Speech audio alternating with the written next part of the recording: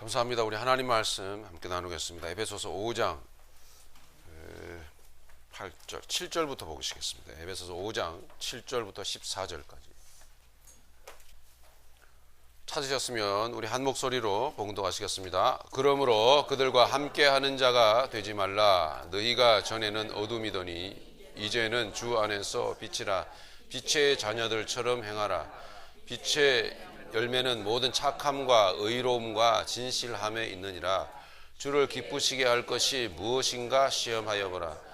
너희는 열매 없는 어둠의 일에 참여하지 말고 도리어 책망하라. 그들이 은밀히 행하는 것들은 말하기도 부끄러운 것들이라. 그러나 책망을 받는 모든 것은 빛으로 말미암아 드러나나니 드러나는 것마다 빛이니라. 그러므로 이르시기를 잠자는 자여 깨어서 죽은 자들 가운데서 일어나라. 그리스도께서 너에게 비추이시리라 하셨느니라. 아멘. 계속해서 거룩이라는 주제로 우리 네 번째 시간을 맡고 있죠. 거룩함. 이게 아주 매우 중요한 것입니다. 하나님의 목적이기도 합니다. 우리 구원하신 백성에게, 구원받은 백성에게 있어서의 궁극적인 목적이기도 한 거죠. 거룩, 뭐죠? 구별된 삶. 그렇죠? 내가 거룩하니 너희도 거룩하라. 거룩을 어떤 모양을 만들어내는 것이 아니고 종교인들처럼 실질적인 구별된 삶을 말하는 거죠. 구별된 존재니까. 그렇죠? 구원받은 존재는 구별된 존재잖아요. 그러니까 구별된 삶이 필요하죠.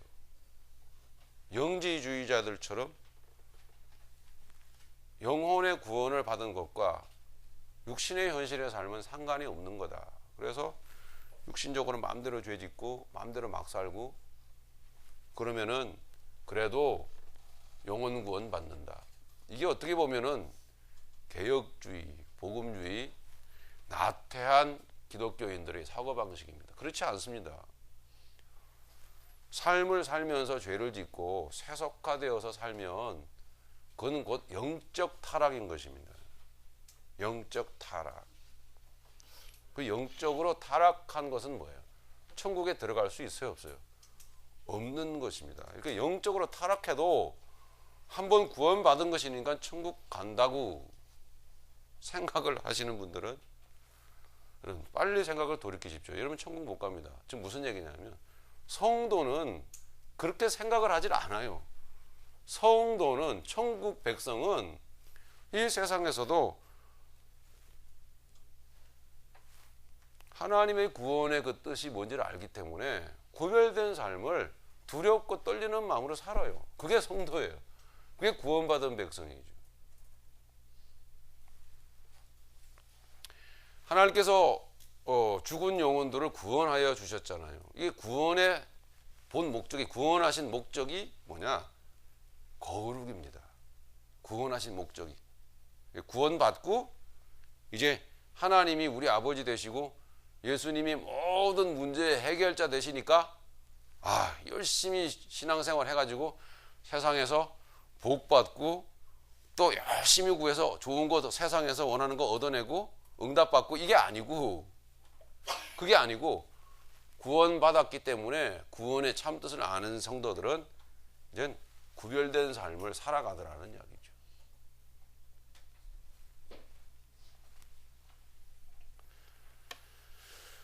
교회가, 오늘날 교회가 자꾸 크게 크면은 보기도 좋잖아요. 그죠? 예, 크게, 보기도 좋게, 멋있게, 화려하게, 웅장하게, 예? 우아하게 이렇게 자꾸 교회가 만들어져, 외형을 만들어 가다 보니까 비주얼하게, 그죠? 아주 보기 좋게 만들어 가다 보니까 돈이 많이 드는 거예요. 예. 그 많은 돈을 충당하려다 보니까 결국 세상적인 자꾸 복을 이렇게 추구하도록 만드는 거예요. 하나님 거기에 관심 없습니다. 하나님 그런 식으로 세상적인 복을 주시지 않습니다. 솔직히 여러분, 나름 믿음 생활 둘째 가라면 서러워할 정도로 나름 열심히 다들 해보신 분들 아닙니까? 그렇죠? 기도도 그렇고 또 뭐 착실하게 뭐 주일도 빠지지 않고 열심히 나오고 11조도 안 빼먹고 착착 드리고, 그죠? 뭐 새벽 제단도 열심히 쌓고 기도의 목적 갖고 막 구하기도 해보고. 정말 하나님이 그렇게 들어주시던가요? 하나님이 들어주셨어요? 정말 그렇게 응답을 다 해주십니까? 안 해줘요. 그럼 왜 그러냐? 여러분들이 성도가 아니라서가 아니라 원래 하나님이 주시고자 했던 복이 그게 아니기 때문에, 하나님이 준비하신 복은 그게 아니기 때문에 줄 게 없는 거예요. 그런 거는. 그래서 안 주시는 거예요. 하나님이 준비하신 그것을 구해야죠. 그렇죠? 이제 수요일 날 또 금요일 날 좀 나오세요. 그래야 이게 뭔 말인지 알아들으시지. 응? 혹시 못 나오시면 저한테 물어보지도 않고 몰래 녹음을 다 하셨더라고요. 그래서 가서 한번 들어보세요. 이건 저희 개똥 철학을 얘기한 게 아니고 성경을 다 여러분이 소개하면서 그렇게 여러분이 알려드리는 것입니다. 지난주에도 말씀을 드렸지만 신앙생활을 소문으로 하지 마세요. 예. 들리는 소문에 의해서 신앙생활을 하시면 절대 안 됩니다. 여러분이 어떻게 신앙생활을 해왔는지는 제가 일일이 다 모르지만 저도 마찬가지로 듣는 소문에 의해서 신앙생활을 많이 해왔었어요. 근데 그게 근거가 없어요. 근거가. 즉 현실적인 그 은혜, 믿음 뭐 이런 거 있잖아요. 하나님의 임재, 영광 이런 보이지 않는 것들의 실제가 있어야 될 거 아닙니까? 근데 그런 거를 내가 그 소문에 의해서 해봤지만 도무지 안 되더라고요, 나는. 그래서 저는 나는 안 되나 보다. 나는 버린 자식인가 보다. 이렇게 생각을 막 뭐예요? 뭐라 그래야 돼? 그 감정을. 그 버림받은 감정 있잖아요. 막. 이러면 이 새끼 나가 뒤져라! 니는 다리 밑에 주워왔다. 이런 소리를 어릴 때 들으면서 막 느꼈던 감정이요. 어? 막 괜히 서럽고 막 있잖아요. 막 어떤 다리? 막 이러면서. 괜히 기차 지나가는 철길 밑에 그 다리 밑에 보면 저긴가? 막 이러면서 그것도 한번 쳐다보고 이랬다니까요. 그런 서름 속에서 살았어요. 근데 원인을 제가 알게 됐단 말입니다. 원인이 뭐였다고요? 소문에 의해서 신앙생활을 한 거예요. 소문에 의해서. 그렇다더래 뭐 이러면서 새벽 제단 열심히 쌓으면 막 복 주신다더래. 그런 거 아니거든요. 그럼 어떻게 믿어야 되죠? 말씀에 근거해서 신앙생활을 하셔야죠. 말씀에 근거해서. 그럼 교회에서 말씀 얘기 안 하고 뭐 했습니까? 다 했지. 그게 아니에요. 교회라고 하는 교회라고 하는 어떤 집단을 가만 분석을 해보면 말씀보다도 어떤 교회의 문화와 교회가 만들어 놓은 생활이 우선이에요. 왜? 교회라고 하는 가지고 있는 그 메커니즘이 우선이지, 말씀이 우선이 아닌 거예요. 그러니까 교회 열심히 다니는 사람도 몰라요, 실은, 진실을. 모르고 말씀에서 이렇게 떨어져 있어요. 그 말씀의 어떤 말씀과 자신의 간격이 항상 있는 거예요. 모른다고 하기에는 다닌 세월이 10년, 20년 되다 보니까 그것도 창피하고, 그러니까 다 입 닫고 사는 거예요. 아는 척 하면서. 이러면서. 나의 하나님. 속으로는 몰라. 그게 바로 저도 그랬거든.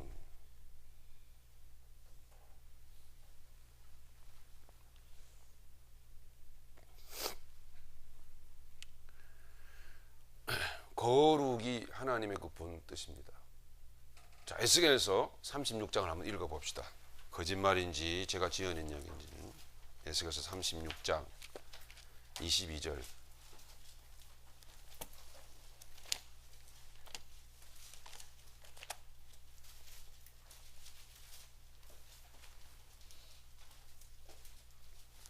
조금 긴데요. 조금 길지만 에스겔서 36장 구약성경 1208페이지 22절서부터 38절까지 다 함께 읽도록 하겠습니다. 시작. 그러므로 너는 이스라엘 족속에게 이르기를 주 여호와여 이같이 말씀하시기를 이스라엘 족속아 내가 이렇게 행함은 너희를 위함이 아니요 너희가 들어간 그 여러 나라에서 더럽힌 나의 거룩한 이름을 위함이라. 여러 나라 가운데서 더럽혀진 이름 곧 너희가 그들 가운데에서 더럽힌 나의 큰 이름을 내가 거룩하게 할지라. 내가 그들의 눈 앞에서 너희로 말미암아 나의 거룩함을 나타내리니 내가 여호와인 줄을 여러 나라 사람들이 알리라. 주 여호와의 말씀이니라. 내가 너희를 여러 나라 가운데서 인도하여 내고 여러 민족 가운데서 모아 데리고 고국 땅으로 들어가서 맑은 물을 너희에게 뿌려서 너희로 정결하게 하되 곧 너희 모든 더러운 것에서와 모든 우상 숭배에서 너희를 정결하게 할 것이며 또 새 영을 너희 속에 두고 새 마음을 너희에게 주되 너희 육신에서 굳은 마음을 제거하고 부드러운 마음을 줄 것이며 또 내 영을 너희 속에 두어 너희로 내 율례를 행하게 하리니 너희가 내 규례를 지켜 행할지라. 내가 너희 조상들에게 준 땅에서 너희가 거주하면서 내 백성이 되고 나는 너희 하나님이 되리라. 내가 너희를 모든 더러운 데에서 구원하고 곡식이 풍성하게 하여 기근이 너희에게 닥치지 아니하게 할 것이며 또 나무의 열매와 밭의 소산을 풍성하게 하여 너희가 다시는 기근의 욕을 여러 나라에 당하지 아니하게 하리니 그때에 너희가 너희 악한 길과 너희 좋지 못한 행위를 기억하고 너희 모든 죄악과 가증한 일로 말미암아 스스로 밉게 보리라. 주 여호와의 말씀이니라. 내가 이렇게 행함은 너희를 위함이 아닌 줄을 너희가 알리라.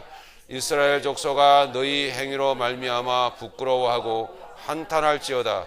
주 여호와께서 이같이 말씀하셨느니라. 내가 너희를 모든 죄악에서 정결하게 하는 날에 성읍들에 사람이 거주하게 하며 황폐한 것이 건축되게 할 것인즉 전에는 지나가는 자의 눈이 황폐하게 보였던 그 황폐한 땅이 장차 경작이 될지라.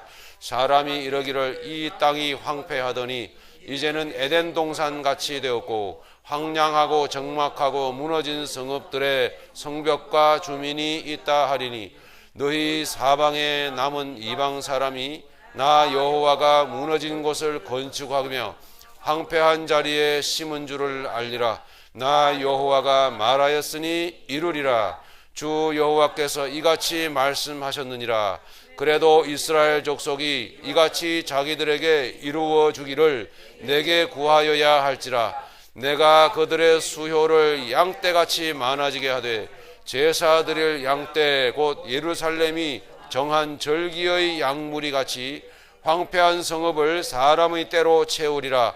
그러한즉 그들이 나를 여호와인 줄을 알리라 하셨느니라. 사람들이 많아지리라 이렇게 말씀한 것은 이렇게 일반적으로 우리가 보는 사람들을 말하는 게 아니에요. 하나님의 형상을 가진 사람을 말합니다. 예, 마음을 주겠다 이 말씀하시잖아요. 내 영을 주어 그 마음의 생각을 주겠다 이렇게 말씀하시고 새 영을 보고 새 마음을 주겠다 이 말은 뭐예요? 마음속에 뭐가 담기는 거죠? 생각이 담기잖아요. 무슨 생각이요? 마땅히 사람으로서 품어야 될 생각이요. 우리가 살면서 저건 사람이 아니다 이런 말들을 많이 하잖아요. 예, 그건 사람이 아니야. 그런 사람 말고 마땅히 품어야 될 생각을 가지고 있는 사람. 그럼 한마디로 말해서 마땅히 품어야 될 사람이 가져야 될 생각 속에 담겨야 될 단어를 딱 하나만 집어넣는다면 그게 뭘까요? 사랑이잖아요. 그렇죠? 그죠? 그 사랑과 닮은 용서 뭐 이런 거 아니겠어요? 그런 생각을 담고 살아가는 사람을 말하는 거지. 이런 자기 만족을 위해서 자기 기쁨을 위해서 이 육신의 욕망을 채우려고 살아가는 껍데기만 사람 형상을 한 그런 사람이 내가 성읍 중에 많아지게 하리라 이 말이 아니거든요. 그러면 내가 이렇게 할 거다. 즉 그게 거룩이에요. 너희가 더럽힌 나의 거룩을 내가 거룩하게 하려고 내가 너희를 구원했다 이거거든요. 이거 하나만, 이 한 말씀만 바로 알아도 오늘날 교회들이 이토록 타락하지는 않았을 거예요. 이토록 위기를 만나지는 않았을 겁니다. 이토록 하니까 어떻게 얼마나 잘못됐길래. 그게 바로 마음대로 말씀드리면 사람들이 복음은 모르고 자꾸 소문만 무성한 거예요. 교회 생활 오래 하다 보니까 여러 가지 떠도는 소문을 많이 들은 거예요. 사람들이 하는 얘기를. 이래야 복 받는다, 저래야 뭐가 좋다, 뭐가 된다, 뭐 행복이니 뭐니 사랑이니 하는 이거 다 하는 인간이 하는 말들이 제대로 어떤 말씀에 의해서 정의 내려진 게 하나도 없어요. 오늘 교회 안에 기독교인들이 말하는 그 말, 사랑이니 은혜니 무슨 영광이니 뭐 등등 이런 것들이 제대로 말씀에 근거해서 정의 내려진 게 하나도 없다니까요. 영광은 막 이렇게 앞에서 찬양팀이 막 찬양 부르고 막 이게 영광이 아니에요. 영광의 이면은 죽음이라니까요. 내가 그리스도와 함께 십자가에 못 박혔나니. 그런즉 이제는 내 옛사람이 산 것이 아니요 그리스도 안에서 내 속사람이 산 것이다. 이거거든요. 그게 영광인 거예요. 내 안에 그리스도께서 사신 것. 그게 영광인데 영광이라는 말이 제대로 정의가 되질 않아요. 복음을 통해서. 몰라요. 그래서 이토록 망가졌다라는 거예요.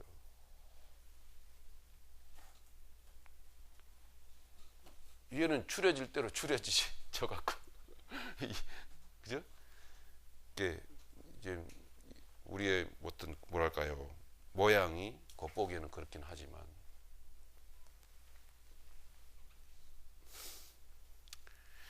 자 우리 본문으로 돌아가겠습니다.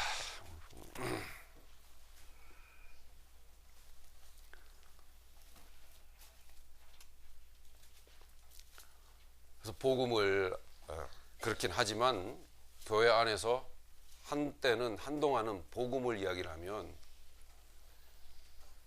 이해를 못하는 사람들이 그렇게 많았고, 들으려고 하지 않는 사람들이 그렇게 많았고, 다 교회 와서 좀 활동 좀 하려고 그러는데 왜 자꾸 피곤하게 자꾸 꼬질꼬질 그렇게 말씀을 갖다가 대나.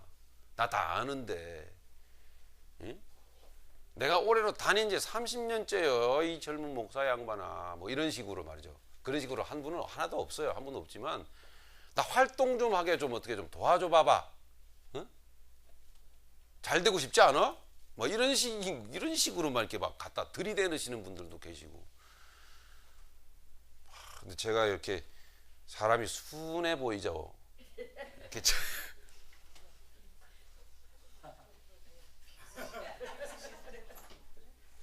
아주 얼마나 고집 센지 몰라요. 제가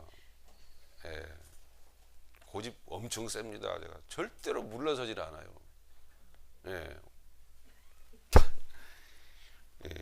그렇죠. 망하고 망해가는데도 절대 안 물러서죠. 이게 미련하고 우둔해서 그런 거죠.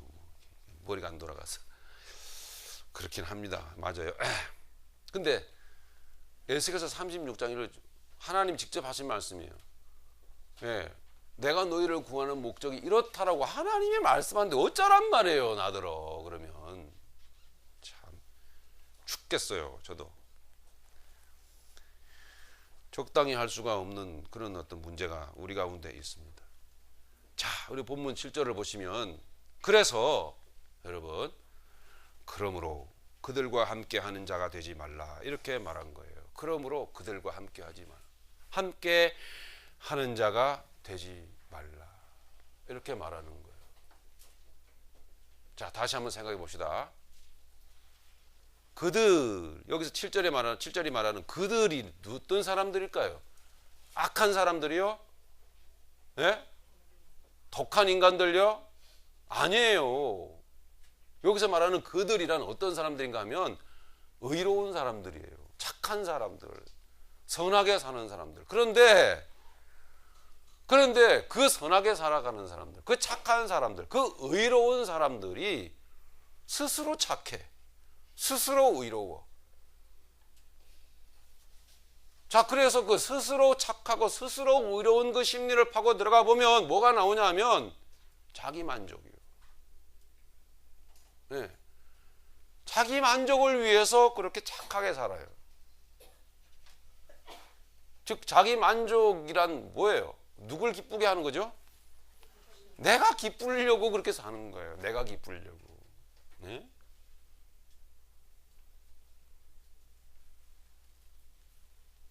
우리 다 그렇게 살아왔지만 이제 우리에게는 절대적 기준이 생겨버렸습니다. 그죠? 누구예요? 예수님. 진리. 그죠? 그분이 절대적 기준이에요. 그분에 의해서 모든 게 판단되는 거예요. 그분에 의해서 나 자신도 완전히 판단돼.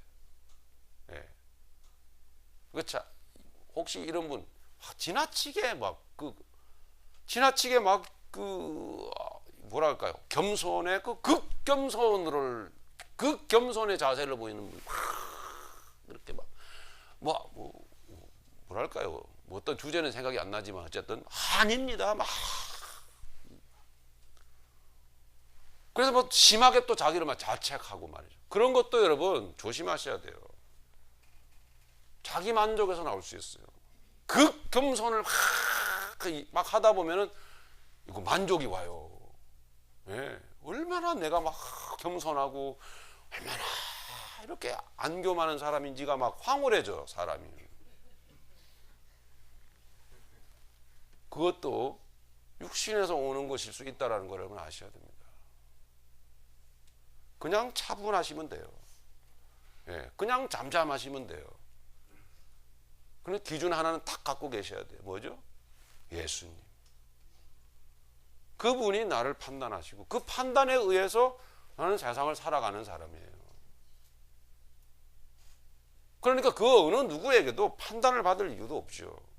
그렇죠? 누가 어쨌다더라. 누가 나를 어떻게 볼 것이다. 이런 거 없어요. 복음의 사람은. 주님만이 나를 보고 계시는 거예요. 나도 나를 자책할 이유도 없어요. 나도 나를 판단할 뭐도 없어요. 그 옛 기준은 다 그리스도와 함께 다 죽었으니까.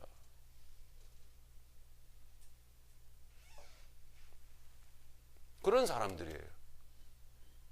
네. 그런 사람들과 함께 하지 마라. 즉 그런 사람이 되지를 말라는 것과 그런 식으로 인생을 살지 말라는 것과 네. 그런 사람들과 함께 하지 말라는 그런 말씀인 것입니다. 7절의 말씀.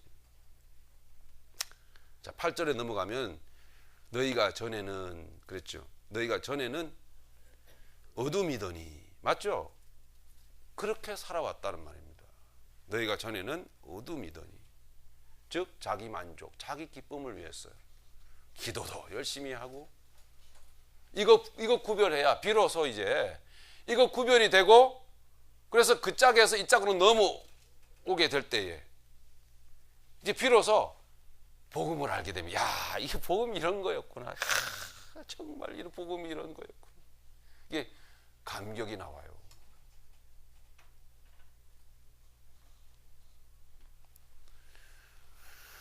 너희가 전에는 어둠이더니 이 말은 무슨 극악한 죄를 지었다라는 얘기가 아니에요. 뭐 우리 중에 그런 사람이 누가 있습니까? 아무도 없죠. 다 착하게 살죠. 나름 자 열심히 사는데 뭐예요? 자기를 위해서 그렇게 열심히 하고 자기를 위해서 찬양대 열심히 하고 자기를 위해서 뭐 노래 열심히 하고 자기를 위해서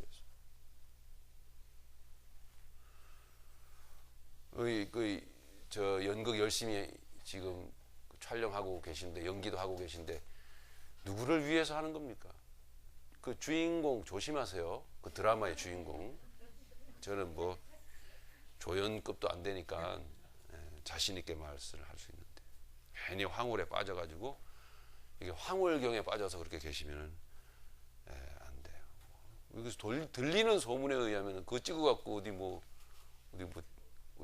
KBS, MBC 뭐 이게 데뷔해보고 싶다고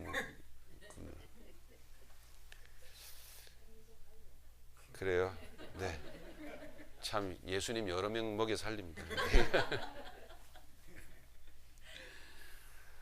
예, 그런 어둠인 거거든요. 어둠과 빛을 구별하고 있죠. 8절에서 어둠과 구별되는 빛.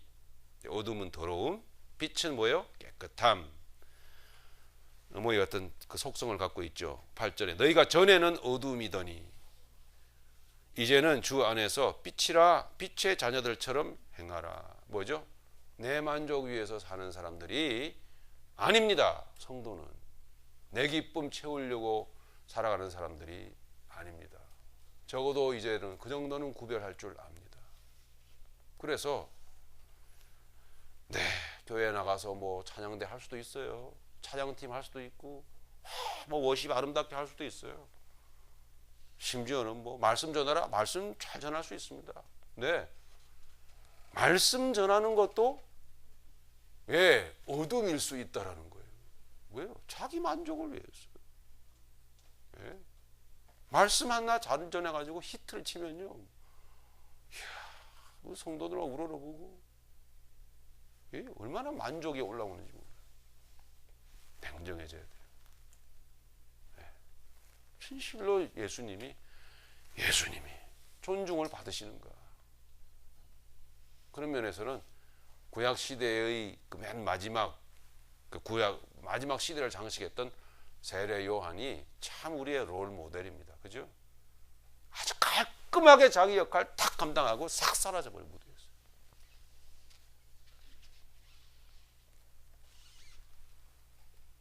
그래도 아쉬울 것 하나도 없고, 그렇죠?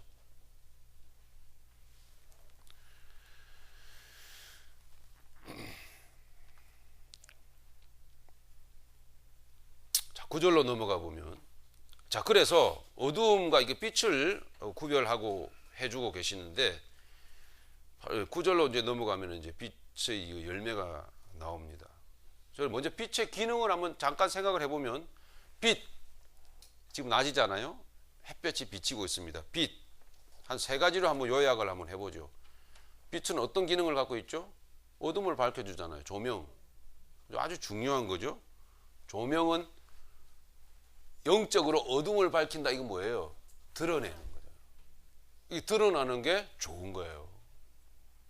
근데 드러나는 거를 너무너무 힘들어하죠. 우리는 어둠의 속성이 그래요. 어둠의 속성은 안 드러나려고 자꾸 이렇게 움츠립니다. 감춥니다. 거기에서 종교가 나오는 거예요. 뭔 그런 허장성세가 거추장스러운 그런 것들이 뭐가 그렇게 많아야 될 필요가 뭐가 있겠습니까? 뭘 걸칠 게 그렇게 많고, 예? 뭔 뭐 소위 그 성물이라는 것도 하나도 없지만 뭔 성물들이 그렇게 많아야 될 필요가 뭐 있어요? 하나님께 영광 돌리는데. 성도의 삶만 있으면 되는 거지. 예? 뭔 절차가 그렇게 복잡하고 거추장스러운 것들이 많이 동원이 돼야 되냔 말이에요. 하나님 영광 돌리는데.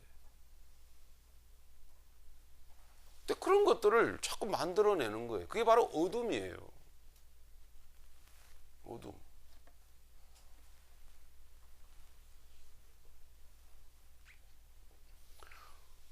자, 빛의 기능을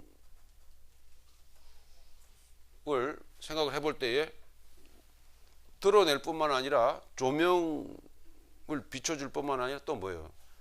유해한 그 바이러스들을 죽이죠. 소독합니다. 그죠?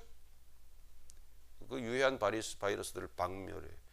영적으로 유해한 바이러스들이 얼마나 우리의 특별히 우리 그 존재의 그 기능을 볼 때 인간의 존재예요. 지성, 감정, 의지가 있잖아요. 근데 이 지성에 얼마나 유해한 바이러스들이 많이 들어오는지 몰라요. 예? 불필요한 정보 이것들이 막 이런 것들을 다 죽여버려요. 빛은 하나님의 말씀이 또 빛이죠, 그죠? 말씀을 통해서 쫙 비춰주니까 쫙 보이잖아요, 그죠? 우리 자신 속에 존재 안에서 뭐 일어나는 어떤 그런 현상들이 다 보이고 심리적인 어떤 그런 것들이 막 느껴지고 깨달아지고 막 이러잖아요. 그 속에서 안 좋은 모습들이, 안 좋은 내용들이 막 이렇게 들어있는 게 여러분 보이시죠? 네, 조명이. 그리고 그걸 죽인다고요. 즉 버리게 한단 말이죠. 뿐만 아닙니다. 빛이라고 하는 것은 영양분을 공급하잖아, 그죠? 그죠? 영양분을 공급하는 이유는 뭐죠? 자라게 하잖아요. 성장. 네, 이런 기능을 갖고 있는 거예요. 빛의 기능. 자, 9절에 들어가 보면은, 그래서 그 빛이 역사해서 우리의 존재의 역사에서 열매를 맺게 합니다. 빛의 열매는 모든 착함과, 세 가지로 말해주고 있죠. 의로움과 진실함에 있느니라. 네, 빛의 열매. 반드시 빛이 기능을 발휘를 하게 될 때에는 결과가 나타나요. 이 열매가 맺혀진다라는 거예요. 근데 이 열매는 어떤 육적 행동이 아니에요. 단순히 육적 행위가 아니에요. 종교적 행위가 아니란 말이에요. 착하게 사는, 어떤 의롭게 사는 이런 어떤 고상한 윤리 도덕적인 행위, 이런 것들을 말하는 게 아닙니다. 오히려 그런 행동적인 것이 아니라 비행동적인, 지적인, 오히려 보이지 않는 어떤 그런 개념이에요. 정신적인 차원이죠. 그렇죠? 착함, 이건 정신적 차원이잖아요. 그죠? 그리고 의로움도 마찬가지고 진실함도 마찬가지예요. 이런 착함과 의로움과 진실함이 열매를 맺는다라는 거예요. 성도 안에서. 그래서 그로 통해서 행동이 자연스럽게 이루어지게 하는 거예요. 예, 이게 거룩함이에요. 빛이라고요.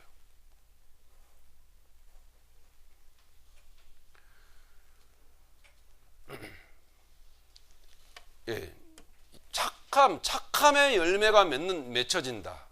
빛이 비치면 착함의 열매가 맺혀진다. 이 착함이라고 하는 것은 헬라어로 아가토시네라는 말입니다. 아가토시네. 아가토시네 라는 말인데, 이건 무슨 뜻이냐면 모든 사람들을 향한 이타적인 마음의 태도를 말합니다. 이건 착한 사람만에 대한 태도가 아니고 악한 사람도 마찬가지예요. 모든 사람들을 향한 이타적인 마음의 태도. 이게 사람을 행복하게 해요, 실은. 선한 사람이든 악한 사람이든 누구든 간에 그게 바로 이게 아가토시네예요. 그렇게 사라지면 안에 쉼이 있죠. 마태복음 11장에 자주 말씀드렸죠. 이 수고하고 무거운 짐진 영혼들아, 니들 왜 힘든 줄 아니? 자기 만족 위해서 사니까 힘들지. 욕심 부리고. 예? 남을 위해서 사라지면 어떻게 될까? 이 얘기예요. 그래서 예수님은 나는 마음이 온유하고 겸손하니. 온유와 겸손은 뭐라고, 어떤 뜻이라고요? 이타적인 마음을 말하는 거예요. 남을 위해서 살아가고자 하는 마음이, 그 마음에, 그 정신이 그 마음에 충만해진다면 어떨까? 예, 힘들지가 않아요, 인생이. 그런 뜻이죠. 마태복음 5장 43절 한번 보시겠습니다. 마태복음 5장 43절.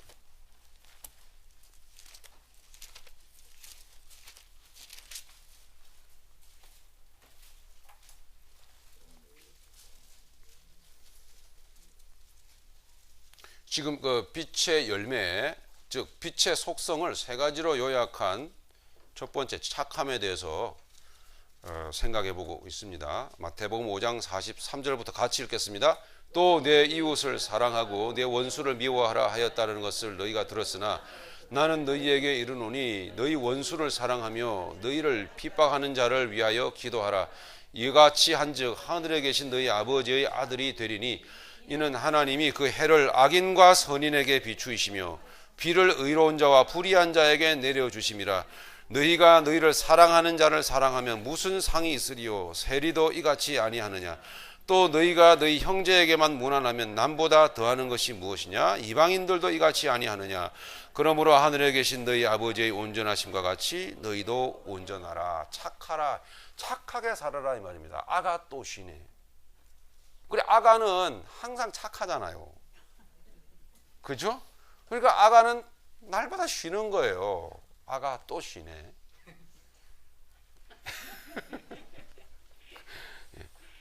그렇게 외우라는 뜻이지 그게 그런 뜻이 아닙니다. 또 이게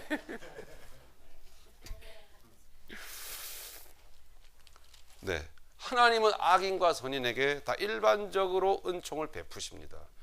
그런 것처럼 정말 이게 우리에게 마음에 부딪혀 오고 이해가 되어지고 아멘 그렇습니다 라고 이 말씀이 받들어진다면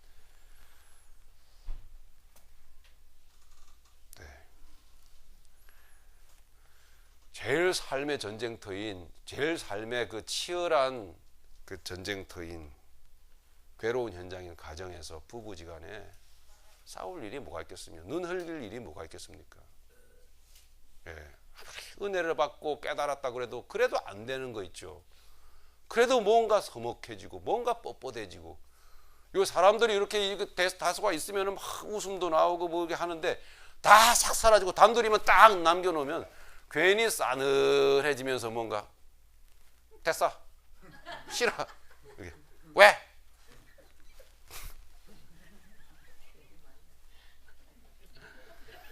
좀 착하게 좀 사시기 바랍니다. 좀 착하게.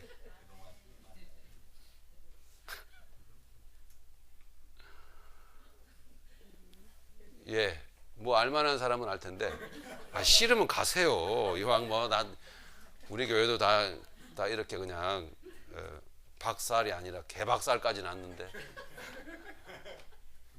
뭐가 두렵겠습니까 제가?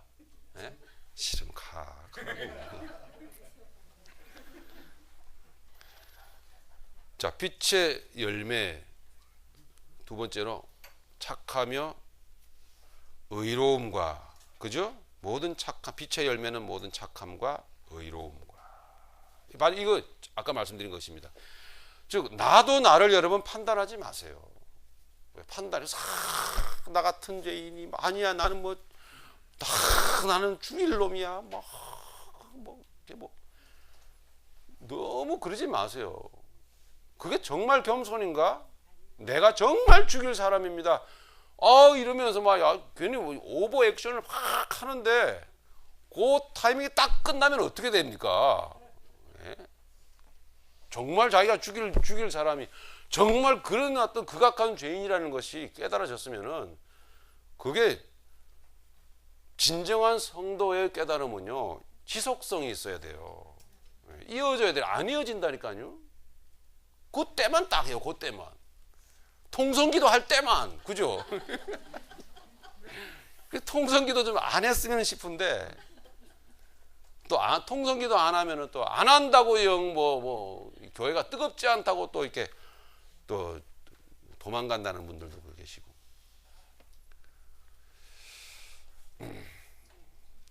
근데 사도 바울이 내가 헬라인에게는 나도 헬라인처럼 유대인에게 나도 유대인처럼 이렇게 그들의 영혼을 구원하기 위해서 그렇게 나를 고집하지 않고 찔리는 붙드는 가운데도 이렇게 그 사람들 입장에서 이렇게 그분들에게 복음으로 이렇게 대한다. 그런 어떤 중심이 있기 때문에 통성기도도 그렇게 하는 겁니다.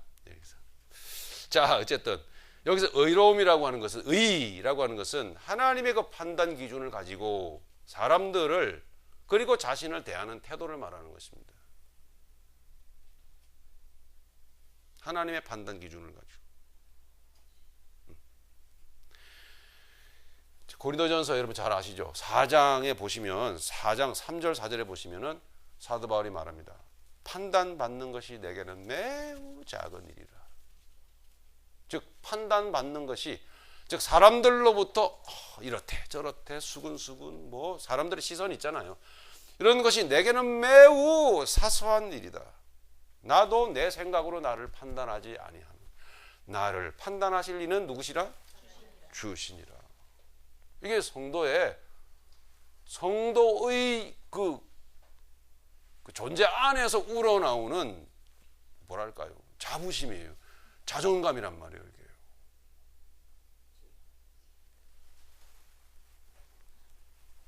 빛의 열매입니다. 하나님의 판단 기준을 가진다. 하나님의 판단 기준. 그리고 오직 그 판단 기준에 의해서 말하고 행동하게 되는 거예요. 우리의 말과 행동이 얼마나 자주 사람들의 시선에 의해서, 그 시선에 의해, 사람들의 판단에 의해서, 사람들의 어떤 그 환경이라고 할까요? 그런 사람들의 말에 의해서 우리의 행동이 좌우됩니까? 얼마나 만큼. 즉, 그 사람들의 시선이나 사람들의 판단에 우리가 사로잡힐 때, 의식을 많이 하게 될 때 하나님의 판단 기준이 속에 없는 사람의 행동이 어떻게 나오겠습니까? 괜히 어색한 행동이 나오게 되는 거죠.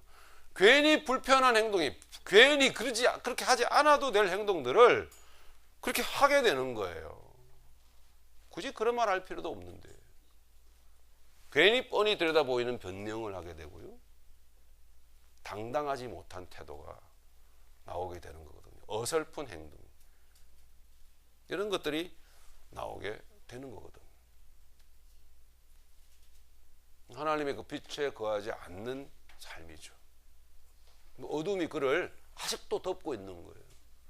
아직도 세상을 많이 의식을 하고 있고, 아직도 세상의 시선에 신경을 많이 쓰고 있는 거거든요.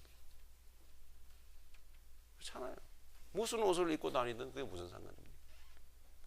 네.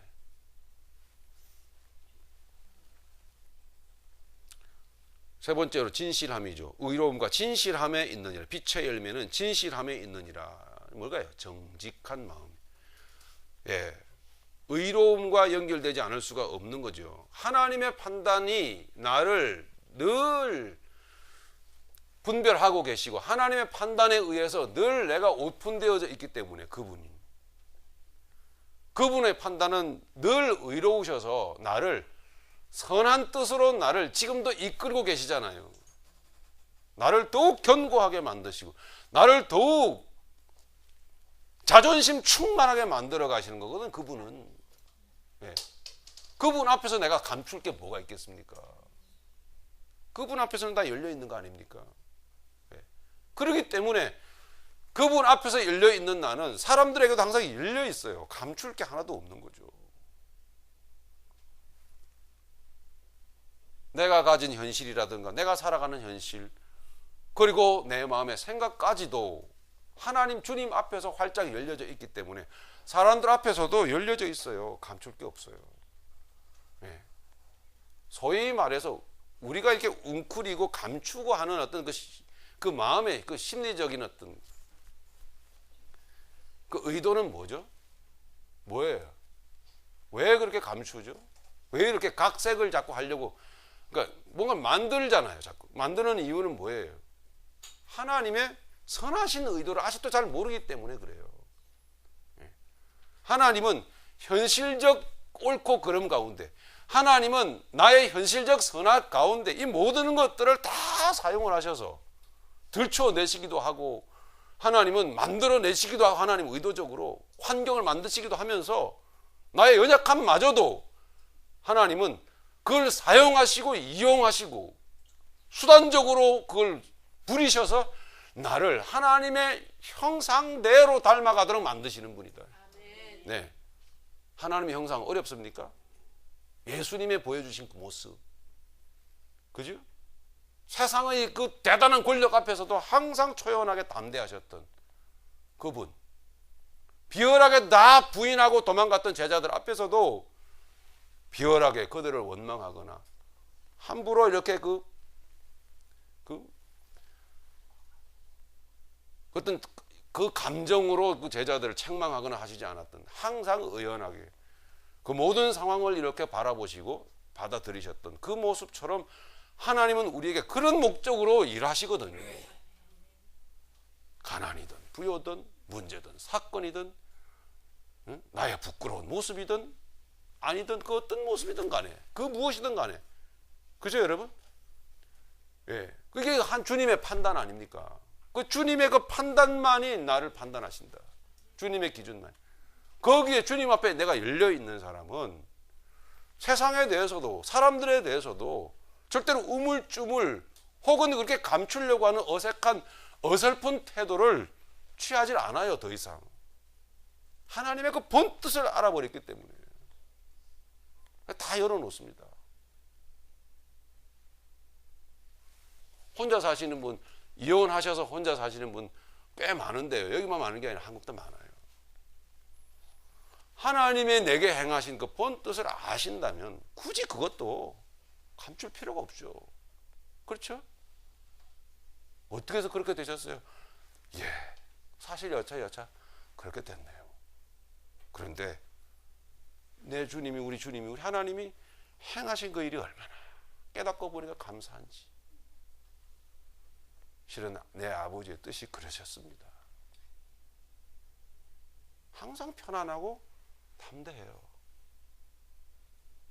이런 모습들이 뭐예요? 빛의 결과예요. 빛의 열매라는 거죠. 이게 바로 뭐냐? 거룩이에요. 여러분 이렇게 살아지시기를 바랍니다.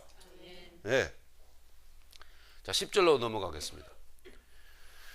자, 그렇게 빛의 열매는 착함과 의로움과 진실함에 있느니라 라고 말씀하면서 10절에 가서 우리에게, 즉 성도 여러분에게 어떤 뭐랄까요, 그 어떤 의무감을 던져줍니다. 그죠? 10절에 주를 기쁘시게 할 것이 무엇인가 시험하여 보라 이렇게 말한다. 주님이 우리가 어떻게 행동할 때, 어떻게 살아갈 때 기뻐하실 것인가 시험하여 보라 이렇게 말하는 거예요. 예수님이 어떻게 우리가 살아갈 때에 어떤 마음을 할 때 기뻐하실 것 같아요, 여러분? 지금까지 여러분 함께 나눴던 말씀을 꼭 여러분 마음에 귀담아 들으시고 마음에 새겨보시기를 바랍니다. 그렇게 하셔야 주님이 기뻐하셔요. 그렇게 시험하여 보라 라고 하는 것은 자세히 살펴보라 이런 뜻입니다. 자세히 살펴보라, 도키마죠. 자세히 살펴보라. 무엇을 살펴야 되냐면 내 안의 내 이 속의 그 심리적인 자기 자신을 자세히 살피셔야 돼요. 그리고 내 밖의 내 행동, 이것이 빛에 있는가 아니면 어두움에 있는가를 자세히 한번 살피셔야 돼요. 네. 그러니까 자기 자신을이죠. 자세히 살펴보라 이 말은 자신을, 즉 내가 살아가고 있는 이 삶이 삶의 그 빛됨과 삶의 그 어두움됨을 자세히 한번 살펴보라는 거죠. 반드시 그 어두움됨이 있어요, 우리에게. 에베소 교인들이 어두움됨이 있었단 말이에요. 그 드러나는 현상을 자세히 한번 보십시오. 자세히. 편안하셔요, 여러분 매사에?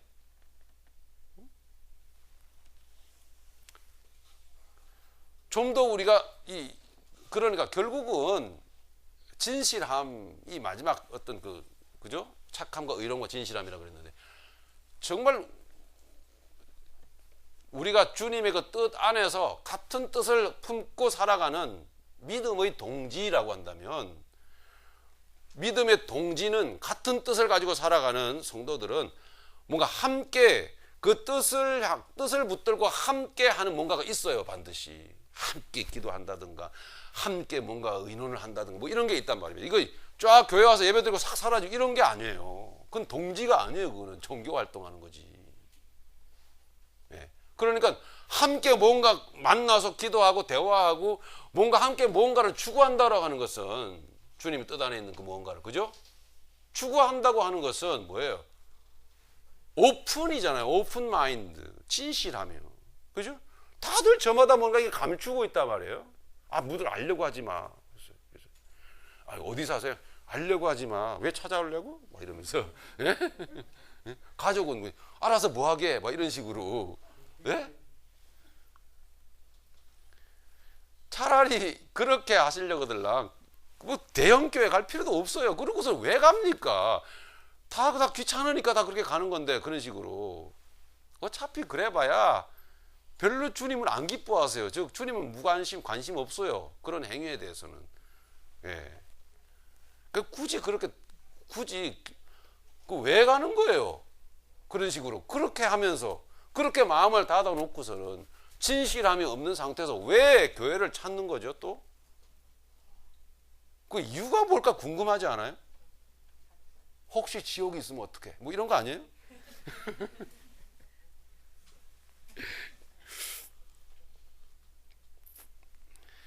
네, 내 안과 밖을 잘 들여다보시고, 네, 살피셔야 됩니다. 도키마죠. 자세히 여러분 살피셔야 돼.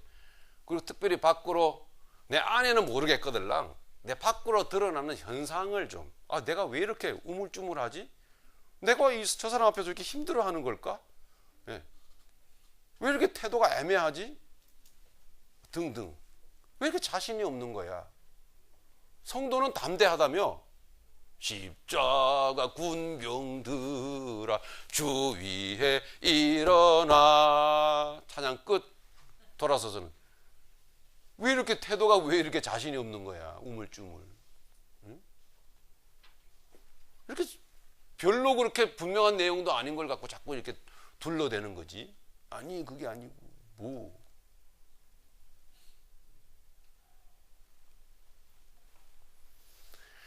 잘 여러분 살펴보시고 10절입니다. 시험하여 보라. 11절 너희는 열매 없는 어둠의 일에 참여하지 말고 도리어 책망하라. 잘 보세요. 이제 빛의 열매를 우리에게 가르쳐 주시고 난 후에 이제 어둠의 열매를 말하죠. 근데 어둠은 열매가 없어요. 열매라고 하는 것 자체가 잘 보시면 아시겠지만 외적인 어떤 행동이 아니에요. 단순히 열심히 교회를 다니고 착한 일을 얼마만큼 많이 하고, 응? 찬양팀에서 뭔가 봉사를 몇 시간 하고 이런 게 아니고 다 착함, 의로움, 뭐예요? 정직함, 보이지 않는 정신적인 것들이잖아요. 그렇죠? 성령의 열매는 어떤 것들이에요? 어떤 행동입니까? 그것도 아니죠. 잘 보세요. 그러니까 지금 주님께서 뭘 중요하게 여기시는 거예요? 뭘 중요하다고 강조하시는 거죠? 보이지 않는 너희의 내면의 정신세계, 그 마음에 담기는 생각, 이것이 중요하며 그것이 내가 너희에게 주는 복이다. 예, 내가 주는 복의 실체다 이거예요.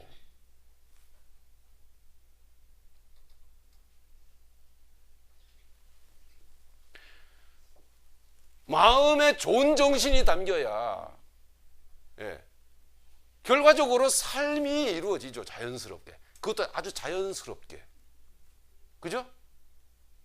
삶은 자연스러워야 됩니다. 여러분, 우물쭈물해서는 안 돼요. 예.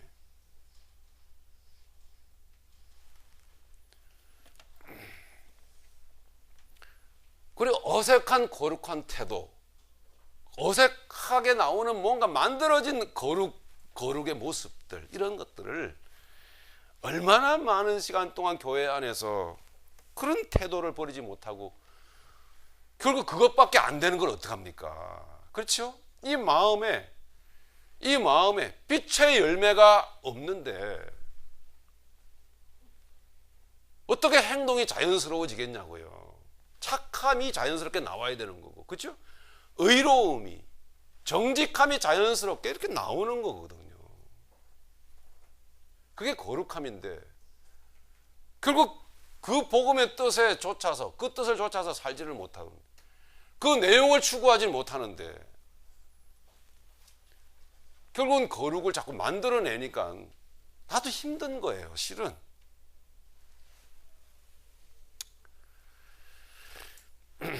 자, 어쨌든 11절에 보니까 너희는 열매 없는 어둠의 일에 참여하지 말고, 결국 빛의 반대 개념인 어두움이라고 하는 것은, 그죠? 감추는 것이고 부끄러운 비밀을 가지고 있다라는 거죠. 감춘다라는 것은, 그죠? 부끄러운 비밀을 가지고 있다라는 거고, 그 다음에 어둠이라는 것은 뭐예요? 유해한 이 영적 바이러스들이 창궐하다라는 거예요, 정신 속에. 그렇죠? 예, 아주 나쁜 그 정보들이, 나쁜 정보들이 가득하다라는 거예요. 정신 속에서. 그러니까 정신을 종먹는 세상 정보, 세상 지식들이 가득한 거죠. 결국 그러다 보니까 뭐예요? 죽음인 거예요. 세 번째로. 그죠? 굳어지는 거죠. 죽음란 말이에요. 어두움에는 열매가 있는 게 아니고 어두움에는 그냥 일만 있는 거예요. 그래서 어두움의 열매라고 말하지 않잖아요. 보세요. 그죠? 어두움은 열매가 없어요. 어두움은 결실이 없어. 어두움은 그냥 내용이 없는 일만 있는 거예요. 그래서 속에 내용이 없는, 마음속에 정신이 담기지 않은 행동만 난무한 거예요. 교회 안에. 그게 어두움의 일이에요. 아유, 왜 자꾸 교회를 자꾸 이렇게 씹냐? 그러지 마세요. 세상은 씹을 대상이 아니에요. 저거는요. 씹어봐야 세상은 좋지가 않아. 그죠? 근데 우리가 말씀 앞에서 제대로 씹어야 될 게 뭐냐면 이 교회입니다. 그죠? 우리도 교회잖아요. 제대로 잘 씹어야 되는 거예요. 그래서 나쁜 걸 버려야 돼. 그래서 교회 하는 거지. 제가 교회 반동분자가 아닙니다. 예, 저도 교회 일원이고 교회 목사인데 세상은 씹을 대상이 절대 아닌 거예요. 어차피 분명해져 있기 때문에 세상은 어두움으로. 그렇죠? 자, 여러분 갈라디아서 5장 19절을 한번 보십시오. 갈라디아서 5장 19절을 보시면 또 마찬가지로 분명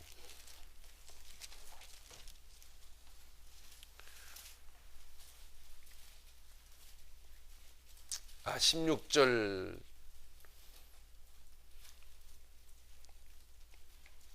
16절부터 보시겠습니다. 내가 이르노니 너희는 성령을 따라 행하라. 그리하면 육체의 욕심을 이루지 아니하리라.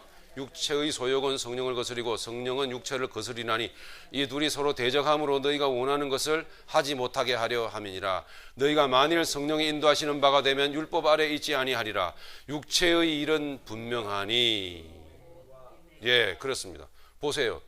육체의 열매라고 그랬습니까? 육체의 일이라고 그랬습니까? 육체는 열매가 없어요. 육체는 그냥 바로 일밖에 없는 거예요. 즉 뭐죠? 속에 담겨야 될 빛의 열매가 없는 거예요. 착함도 의로움도 정직함도 없어요. 그러니 육체의 일 그 자체가 뭐예요? 어떻겠습니까? 척 보면은 보여요. 아유, 굳이 저렇게 행동 안 해도 되는데, 아이고 굳이 애써 저렇게 변명 안 해도 되는데, 아유 왜 툭툭툭 그렇게 어색한 행동들이 나올까요? 왜 그렇게 자신이 없지요? 우리 그리스도인들은 자신이 있어야 돼요. 우리 그리스도인들은 보기에는 만만하게 보이지만 그러나 이 속에는 자신감으로 충만해야 돼요. 자신감으로. 그게 자연스럽게 나오는 거란 말이에요. 육체의 일은 현저하니, 그죠? 육체의 일은 분명하니 곧 음행과 더러운 것과 호색과 우상숭배와 주술과 원수 맺는 것과 분쟁과 시기와 분냄과 당짓는 것과 분열함과 이단과 투기와 술취함과 방탕함과 그와 같은 것들이라. 여기에 어느 한 가지라도 내면적인 내용적인 이야기가 어디에 있습니까? 아무것도 없죠. 그냥 행동만 있는 거예요. 자, 결론을 보도록 하죠. 본문으로 가겠습니다. 그래서 11절에 너희는 열매 없는 어둠의 일을 참여하지, 어둠의 일에 참여하지 말고 도리어 책망하라. 그건 버리라는 얘기입니다. 가차 없이 찍어버리라 이 말입니다. 책망하라. 가차 없이 찍어버리라. 그죠? 잡초는 우리 인생 가운데 무성하게 올라옵니다. 무성하게 잡초는 올라옵니다. 이 약초가 우리에게 뿌려졌는데, 그죠? 약초가 우리에게 뿌려졌는데, 그랬다 그래서 우리의 삶이 그 약초가 아주 자연스럽게 저절로 잘 자라는 게 아니에요. 예. 잡초는 약초만큼이나 더 강력하게 뿌려집니다. 더 많이. 예. 그래서 우리가 철저하게 우리의 안팎을 살피지 않으면은, 책망하지 않으면은 이게 막 자라요. 무성하게. 그래서 약초가 있는지 없는지 분별이 안 돼요. 그죠? 찾을 수가 없어요. 막 헤쳐봐야 겨우 그 잡초 사이에서 약초가 기운을 못 차리고 가녀리게 구원은 받았는데 뭐 이런다니까요. 그 약초의 구실을 합니까? 살면서 할 수가 없는 거예요. 11절 12절이면 12절까지 보시겠습니다. 그들이 은밀히 행하는 것들은 말하기도 부끄러운 것들이라. 정직의 반대 개념이죠. 그죠? 진실의 반대 개념. 그래서 어둠의 결과라고 하는 것이 결국 정신을 좀먹는 물질 세상에 기대어 사는 것이란 말입니다, 여러분. 물질 세상에서 기대어 살다 보니까 세상의 변화에 민감하게 반응을 할 수밖에 없는 거죠. 거기에 기대어 있는 거예요. 그 거칠애에 잡혀 있는 그 사람들은, 그죠? 거칠애에 잡혀 있는 그 사람은 그만큼 내용적인 면에서 부실할 수밖에 없는 거라고요.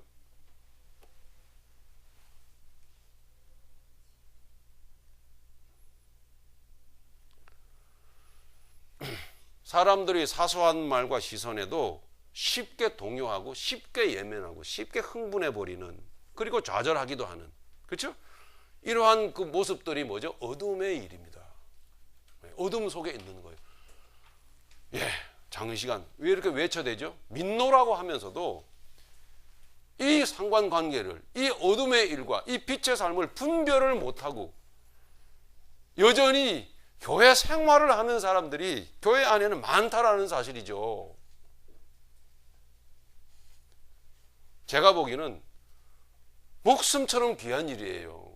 빛의 열매를, 빛을 조명받고 우리가 거룩으로 살아가고, 그리고 거룩의 결과의 그 열매를 느끼며 누리며 살아가는 것은 목숨처럼 중요한 일입니다, 여러분. 인간으로, 사람으로서 당당해지는 것만큼 여러분 중요한 게 어디 있습니까? 세상에 기대어 살지 마십시오. 그러면 세상이 흔드는 만큼, 세상이 변하는 만큼 흔들리게 돼 있고, 어색한 행동이, 부자연스러운 행동과 부자연스러운 말을 할 수밖에 없는 거예요. 우물쭈물하게 되는 거예요. 또다시 천국과 지옥을 말합니다만 어찌 천국을 들어갈 수가 있겠습니까? 어찌 그러한 사람도 천국 사람이라고 말할 수가 있겠냐고요. 없습니다. 절대로 그럴 수가 없는 거예요. 우물쭈물하는 이유는, 어색한 행동이 나오는 이유는 뭐죠? 어둠입니다. 뭐예요? 속내가 들킬까 봐 나도 모르게 둘러대는 거예요. 어색한 웃음도 웃지 마세요. 웃지 않는 것이 한 발짝 주님 앞으로 나아가는 길. 심각해 보세요. 조금만 심각해져 보시기를 바랍니다. 그러면 그 심각한 상황을 통해서, 그 심각성을 통해서, 그 심각한 마음을 받으시고 진실한 웃음을 주님이 여러분들에게 선물하실 줄로 믿어요. 여러분 자신도 여러분 자신을 판단하지 마시기를 바랍니다. 네, 그죠? 그래서 이게 9절의 말씀이었죠. 의로움이었습니다. 그렇죠? 착함과 의로움이었습니다. 하나님의 의만 여러분 자신을 판단하시기를 간절히 바랍니다. 예. 마지막으로 세상 사람들의 의로움이라고 하는 것은, 즉 그것도 어둠인데요. 어둠은 세상에서 의로 나타나요. 착함으로 나타난단 말입니다. 착한 행동, 의로운 행동. 그런데 그것도 어둠이에요. 그러니까 세상 사람들의 소위 의로움이라고 하는 것은 그것도 어둠인데 마찬가지로, 왜요? 남을 의식하잖아요. 남이 나를 어떻게 볼까 싶어서. 그죠? 그래서 그 의로운 행동을 스스로 만들어내는 거예요. 남을 의식하는 거죠. 남의 시선을 의식하는 거예요. 그러니까 자꾸 의롭게 살려고 노력을 하죠. 그러니까 의로워 보이기는 해. 그런데 기준이 세상에 있다니까요. 성도의 삶의 기준은, 성도의 의로움은, 성도의 거룩이라고 하는 것은 오직 그 판단 기준이 하나님이십니다. 예. 그렇기 때문에 당당함이 나오는 거죠. 예. 모든 상황에서, 선악간의 옳고 그름의, 행불행의 모든 상황에서 하나님의 의로움이, 하나님의 판단 기준이 나를 딱 붙드시다 보니까, 내가 거기에 집중되다 보니까, 그 하나님의 판단에 내가 열려 있다 보니까 세상에서도 항상 편안함 가운데 당당함이 흘러나오는 거예요. 그것이 뭐더라? 거룩함이더라 말이에요. 그것이 여러분 거룩입니다. 그렇게 하나님의 은혜를 입다 보면 인간이 만들어내는 거룩에서 떠나게 되어 있어요. 삶에 부으시는 하나님의 거룩을 누리게 되는 것이죠. 오직 하나님의 시선, 하나님의 평가만을 의식할 수 있는 그런 성도의 삶이 나오게 되더라는 거죠. 마지막 13절 14절을 우리 같이 읽고 마치도록 하겠습니다. 그러나 책망을 받는 모든 것은 빛으로 말미암아 드러나나니 드러나는 것마다 빛이니라. 그러므로 이르시기를 잠자는 자여 깨어서 죽은 자들 가운데서 일어나라. 그리스도께서 너에게 빛이시니라 하셨느니라. 아멘. 오늘 여러분 저로 통해서 혹시 책망받았다고 여러분 의기소침해지시거나 힘들어하지 마시길 바랍니다. 뭐라고 합니까? 왜 그래야 되죠? 왜 책망 가운데서 여러분 주님을 바라보셔야 됩니까? 책망받는 모든 것은 빛으로 말미암아 드러나나니. 할렐루야. 네, 빛으로 말미암아 드러나나니. 드러나는 것마다 빛이니라. 그러므로 이르시기를 뭐라고 하시나요? 잠자는 자여 깨어서 죽은 자들 가운데서 일어나라. 그리스도께서 너에게 비추이시리라 하셨느니라. 잠자는 데서 여러분 깨시기 바랍니다. 아멘. 잠자는 자리에서 일어나시기 바랍니다. 아멘. 어둠의 자리에서 여러분 떠나십시다. 아멘. 어둠의 자리에서 떠나서 빛으로 나아가십시다. 주님을 바라보십시다. 우리 말씀을 생각하면서 우리 기도하시겠습니다.